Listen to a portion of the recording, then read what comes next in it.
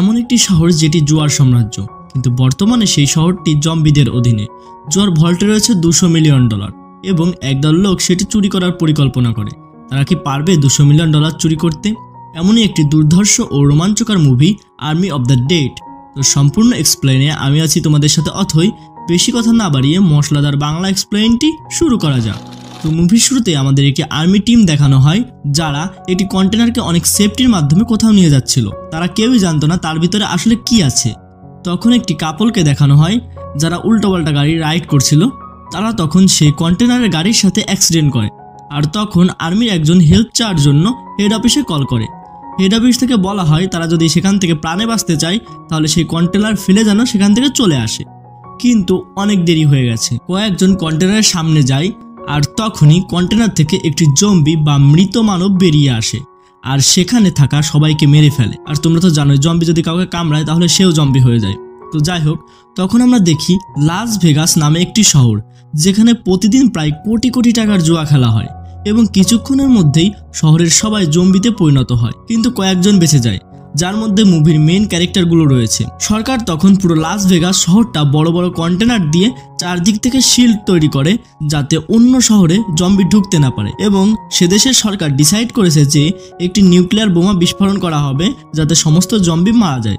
তারপর scene shift হয়ে একটি রেস্টুরেন্টে আসে, যেখানে আমরা মেইন ক্যারেক্টার স্কট ওয়ার্ডকে দেখতে পাই, আর তার সাথে দেখা করতে এসেছে লাস ভেগাস শহরের ক্যাসিনোর মালিক ব্লাই তানাকা। তানাকা তখন স্কটকে বলে জুয়ার ভল্টে যে $200 মিলিয়ন রয়েছে, তারা যদি সেটাকে চুরি করতে পারে তাহলে তাকে দেওয়া হবে $50 মিলিয়ন।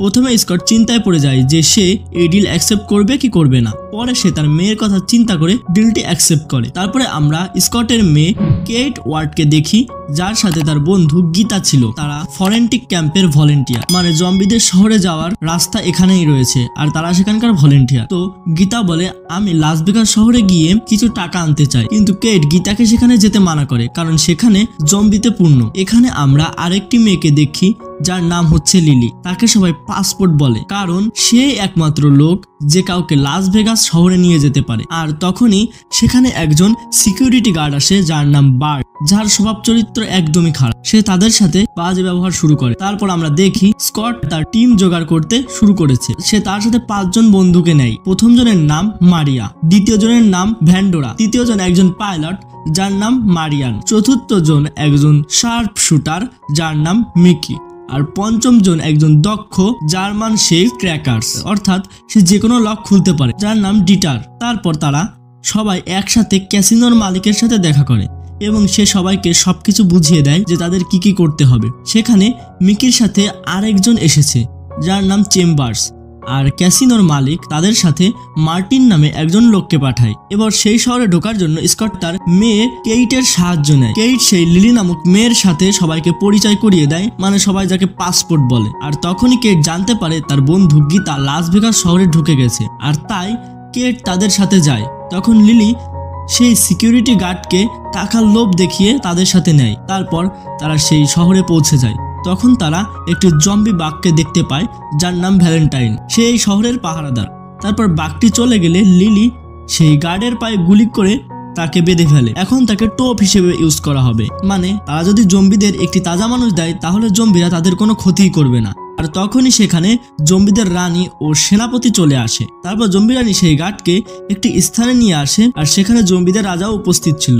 জম্বি রাজা রানীর পেটে কান লাগায় এবং সে বুঝতে পারে রানীর পেটে বাচ্চা আছে, মানে জম্বি রাজা বাবা হতে চলেছে। জম্বি রাজা এটা শুনে তো অনেক খুশি হয়ে যায়। তারপর সেই জম্বি রাজা বার্টকে কামড়ে ইনফেক্টেড করে দেয়। অন্যদিকে স্কট ও তার দল সেই বিল্ডিং এ প্রবেশ করে এবং সেখানে অনেকগুলো জম্বি হাইবারনেশন মানে ঘুমিয়েছিল। এখন তাদের কোনো আওয়াজ করা চলবে না, আর চারদিকে ছিল অন্ধকার। তাই স্কট ফ্লোরে এক ধরনের লাইট স্টিক ব্যবহার করে, যেটা নিশানা তৈরি করবে। সেখানে চেম্বার্স মার্টিনকে বিশ্বাস করতে পারছিল না, তাই চেম্বার্স মার্টিনের পিছন পিছন নিশানা অনুসরণ করে। মার্টিন তখন একটা খারাপ কাজ করে, সে সেই লাইট স্টিকগুলো জম্বিদের মধ্যে ফেলে দেয়, যার কারণে চেম্বার পথ হারিয়ে ফেলে এবং জম্বিরা তখন তাকে ঘিরে ফেলে আর তাকে ইনফেক্টেড করে দেয়। তখন তার বেস্ট ফ্রেন্ড মিকি চেম্বারের পিঠে থাকা ফিউল ট্যাঙ্কে গুলি করে, আর তখন সেখানে একটি বিস্ফোরণ ঘটে, যেখানে চেম্বার মারা যায়। তারপর তারা সেই মেন ভল্টের বিল্ডিং এ প্রবেশ করে। তারা বিভক্ত হয়ে ভিন্ন ভিন্ন কাজে নিয়োজিত হয় আর মার্টিন ও লিলি বাইরে নজর রাখছে। লিলি জম্বিদের ডিস্ট্র্যাক্ট করার জন্য আকাশে মিসফায়ার করা শুরু করে যাতে বাকিরা ভল্টের টাকাগুলো নিয়ে বাইরে বের হয়ে আসতে পারে। সেখানে জম্বি রানী উপস্থিত হয়। মার্টিন তখন জম্বি রানীর ওপর এক ধরনের গান ফায়ার করে এবং তখন রানীর পুরো বডি এক ধরনের দড়ি দ্বারা পেঁচিয়ে যায়। মার্টিন তখন তাদের বলা আইনের বাইরে গিয়ে জম্বি কুইনের মাথা কেটে একটি ব্যাগে ঢুকিয়ে রাখে এবং লিলিকে বলে এই ভল্টে যত টাকা আছে তার থেকে কয়েক গুণ দামি এই জিনিসটা। এখানে আসার আসল উদ্দেশ্য কুইনের মাথা, টাকা তো শুধুমাত্র টোপ ছিল। একথা শুনে লিলি তো খুবই রেগে যায়। কুইন যখন চিৎকার করে তখন জম্বি রাজা সেটা শুনতে পায়। তারপর সিন শিফট হয়ে টিমের কাছে চলে যায়।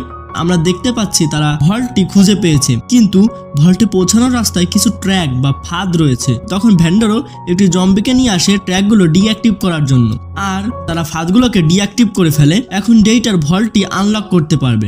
অন্যদিকে স্কট ও তার দল অন্যান্য সাথীদের সাথে তারা নিউজ দেখছিল। সেখানে বলা হয় নিউক্লিয়ার বোমা বিস্ফোরণের টাইম আরো কমিয়ে আনা হয়েছে, তাদের হাতে মাত্র 1 ঘন্টা টাইম আছে। অন্যদিকে ডেইটার ভল্টটি আনলক করে ফেলে আর তার মধ্যে ছিল কারি টাকা এবং তারা প্রত্যেকে সেই টাকাগুলো দ্রুত ব্যাগে ভরতে শুরু করে। কিন্তু তখন স্কট লক্ষ্য করে কেইট মানে তার মেয়ে সেই স্থানে নেই, মানে সে গীতাকে খুঁজতে বের হয়ে গেছে। অন্যদিকে জম্বি রাজা তার রানীকে নিয়ে একটি স্থানে যায় এবং তার পেট চিরে বাচ্চাটিকে বের করে আর দেখে বাচ্চাটি মারা গেছে। এটা দেখে জুস মানে জম্বি রাজা তো অনেক রেগে যায় এবং তার সমস্ত সৈন্যদল নিয়ে তাদের উপর আক্রমণ করার জন্য বেরিয়ে পড়ে। ভাই সিরিয়াসলি এই সিনটা পুরো দেখার মতো ছিল, তো অ্যাকশন টাইপের। তো যাই হোক, তারপর জম্বি রাজা সেখানে আক্রমণ করে আর প্রথমে মারিয়ার ভারমোটকে মেরে ফেলে। কিন্তু তখন মার্টিন সবাইকে আটকে একা একা বাইরে বের হতে যায় আর তখন সেখানে উপস্থিত হয় ভ্যালেন্টিন মানে সেই বাঘটা, যেখানে মার্টিনকে খুবই নৃশংসভাবে হত্যা করে ভ্যালেন্টিন। এটা হওয়ারই ছিল। তো যাই হোক, ডেইটার আর ভ্যান্ডেরো কিং এর সামনে পড়ে যায়। ডেটার তখন ভ্যান্ডেরোকে ভল্টের মধ্যে আটকে দেয়। বাকিরা একটি কাটার ব্যবহার করে দেয়াল কেটে বের হয়ে ছাদে চলে আসে, যেখানে মারিয়ান হেলিকপ্টার নিয়ে রেডি ছিল। কিন্তু তখন সেখানে কিং চলে আসে। লিলি তখন স্কটকে চলে যেতে বলে আর লিলি তার ব্যাগে থাকা কুইনের মুন্ডুটি বের করে আর ভয় দেখাতে থাকে কিংকে। কিং তখন একটি বড় রড দিয়ে লিলিকে হত্যা করে। মরার আগে লিলি কুইনের মাথা নিচে ফেলে দেয় আর সাথে সাথে মাথাটি ফেটে কুইন মারা যায়। অন্যদিকে কেইট গীতাকে খুঁজে পেয়েছে। সে গীতাকে নিয়ে ছাদে চলে আসে এবং মারিয়ান, স্কট, গীতা ও কেইট হেলিকপ্টারে উঠে পড়ে। তখন কিং 1 লাফ দিয়ে হেলিকপ্টারে ওঠে আর স্কটের সাথে তার একটা ফাইট শুরু হয়। কিং তখন স্কটকে ইনফেক্টেড করে দেয় আর তখন শহরে নিউক্লিয়ার বোমা বিস্ফোরণ করা হয় আর হেলিকপ্টার কন্ট্রোল হারিয়ে মাটিতে ক্রাশ করে। আমরা দেখি স্কট ও কেইট বেঁচে আছে, কিন্তু স্কট জম্বি হয়ে গেছে, তাই কেইট তার বাবাকে মেরে ফেলে। অন্যদিকে আমরা দেখি ভ্যান্ডারো যে লকারে ছিল সেটা এতই শক্তিশালী যে বিস্ফোরণের পরও সেটি নষ্ট হয়নি, মানে সে বেঁচে গেছে। এবং সে এয়ারপোর্টে গিয়ে তার কাছে থাকা টাকা দিয়ে একটি প্লেন কিনে মেক্সিকো দেশের উদ্দেশ্যে রওনা দেয়। তখন তার একটু অসুস্থ ফিল হয়। সে ওয়াশরুমে যায় এবং আয়নায় দেখতে পায় তাকেও একটি জম্বি কামড় দিয়েছেন, তার মানে সেও কিছুক্ষণের মধ্যে জম্বিতে পরিণত হবে। আর এখানেই আর্মি অফ দ্য ডেড মুভির পার্ট 1 শেষ হয়। পার্ট 2ও এই চ্যানেলে রিলিজ করা হবে। তো কেমন লাগলো মুভিটা? যদি ভালো লাগে তাহলে অবশ্যই চ্যানেলটি সাবস্ক্রাইব করে একটি লাইক করে দাও। দেখা হচ্ছে অন্য কোনো ভিডিওতে।